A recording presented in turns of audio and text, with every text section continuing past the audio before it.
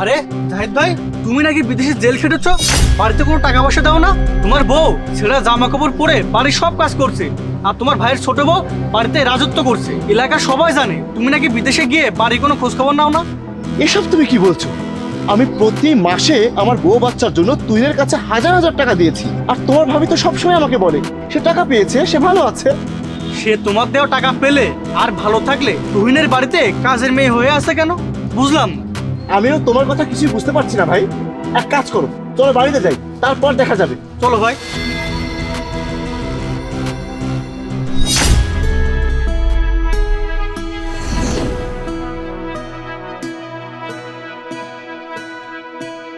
ভাই তুমি আমাকে ধরো, আর একদম চুপ করে থাকবে।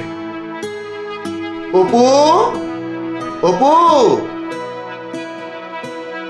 তোমরা কোথায়? দেখো আমি বাড়িতে চলে এসেছি। তুমি? ভাইয়া তুমি দেশে এসেছো? আমাকে তো আগে কিছু জানাওনি, আর তোমাকে এমন ধরে রেখেছে। আর তোমার চোখে কালো চশমা কেন?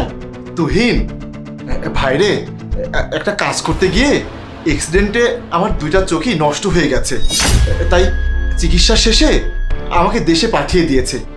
অন্ধ মানুষকে তারা কিভাবে কাজে রাখবে বল? এই তুমি এসব কি বলছো? এর জন্য কি তুমি? হ্যাঁ অপু, আমি আর চোখে দেখি না।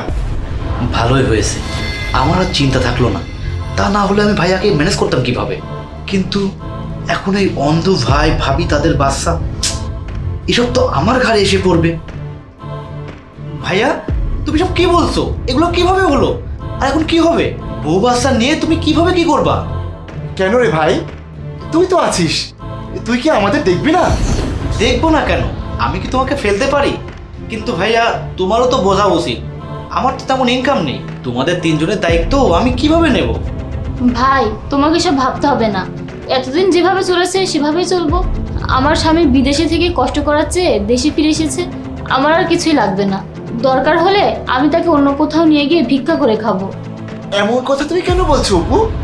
আমি তো বিদেশে আগে কষ্ট করিনি, এই কয়েকদিন আগে আমার অ্যাক্সিডেন্টটা হয়েছে, আর আমি তো তোমাকে কষ্টে রাখিনি। ভাইয়া এসব কথা বাদ দাও তো, তুমি বসো, তারপর কি করতে হয় ভেবে দেখা যাবে। পরে ভেবে দেখবি মানে? পরে ভাবার কি আছে? আমি প্রতি মাসে যা ইনকাম করেছি তার সব টাকাই তোর অ্যাকাউন্টে পাঠিয়েছি, কারণ আমার বউ লেখাপড়া জানে না। আমি তোকে আমার বউ বাচ্চাকে 10,000 টাকা করে দিতে বলতাম, আর বাকিটা তোর অ্যাকাউন্টে জমিয়ে রাখতে বলতাম। তুমি তুহিনকে টাকা পাঠাতে আর আমাকে দিতে বলতে? হ্যাঁ, আমি তো প্রতি মাসে 1,00,000 টাকা করে দিয়েছি তুহিনকে। তুমি নাকি বিদেশে গিয়ে কোনো কাজ পাও নাই, অনেক কষ্টে আছো, সেটা নাকি তোমার ভাইকে বলেছো, আর তোমার ভাই নাকি আমাদের দয়া করে খাওয়াচ্ছে। এর জন্য আমি অনেক কষ্ট সহ্য করেও তোমাকে বলেছি আমি ভালো আছি, যাতে তুমি আমাদের নিয়ে চিন্তা না করো। কি রে তুহিন, তুই তোর ভাবিকে এসব বলেছিস? তাহলে আমার পাঠানো টাকা কি হয়েছে? আর আমি তো তোকে আমার বাড়িটা ঠিক করার জন্য টাকা দিয়েছিলাম, তুই কি আমাদের বাড়িটা ঠিক করেছিস? না মানে ভাইয়া, আমি বাড়ি। কি রে তুহিন, কি আমতা আমতা করছিস? কি হয়েছে ক্লিয়ার করে বলতো। ভাইয়া 5 বছরে কি তোমার বউ বাচ্চার পিছনে আমার কম খরচ হয়েছে? আর তুমি যাবার সময় আমার থেকে যে টাকা পয়সা নিয়েছিলে তা শুধু এখন শেষ। তোমাদের কোনো দায়িত্ব আমি নিতে পারবো না, ব্যাস। ভাই ছাড়ো। তুহিন, অনেক হয়েছে তোর নাটক। আমি অন্ধ না, আমি ঠিক আছি। আমি অন্ধের অভিনয় করে তোর নাটক দেখছিলাম। আমার বউ বাচ্চার জন্য তোদের সব টাকা শেষ হয়ে গেছে, আর সেই জন্যই আমার বউ ছেঁড়া কাপড় পরে তোর বউয়ের গোলামি করে। আর তুই আমার বউকে বলেছিস আমি কোনো টাকা দেই না, তোকে আমি বাড়ি করার জন্য টাকা দিয়েছি, তুই আমার বাড়ির কাজ না করে তোর নিজের জন্য বাড়ি করেছিস। তুই কি জানিস বউ বাচ্চার সুখের জন্য কত কষ্ট করে বিদেশে পড়ে থেকে টাকা ইনকাম করে দেশে পাঠাই? আর তুই আমার বউ বাচ্চাকে কষ্ট দিয়েছিস, আমার টাকা আত্মসাৎ করবে ভেবেছিস? তুই কি মনে করেছিলি আমি কখনো দেশে ফিরবো না, আর এসব আমি জানতে পারবো না? তুই আমার সব টাকা আমাকে ফিরিয়ে দিবি, আর আমার বউ বাচ্চাকে তুই যে কষ্ট দিয়েছিস না, তার শাস্তিও তোকে পেতে হবে। ভাইয়া আসলে আমি আমার লোভের কারণে বউয়ের কথায় ভুল করে ফেলেছি। আরে ভাই, তুই পরের মেয়ের কথায় আপন রক্তের সাথে আপন ভাইয়ের সাথে বেইমানি করতে চাস?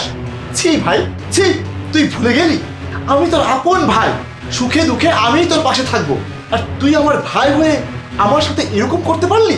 তুই কি জানিস এই প্রবাসীর বউরা স্বামীকে দূরে রেখে কতটা মানসিক কষ্ট ভোগ করে শুধুমাত্র একটু সুখের আশায়। আমার ভুল হয়ে গেছে ভাইয়া, তুমি আমাকে ক্ষমা করে দাও। ভাবি তুমিও আমাকে ক্ষমা করে দাও। ভাইয়া আমি তোমার সব টাকা ফিরিয়ে দেবো।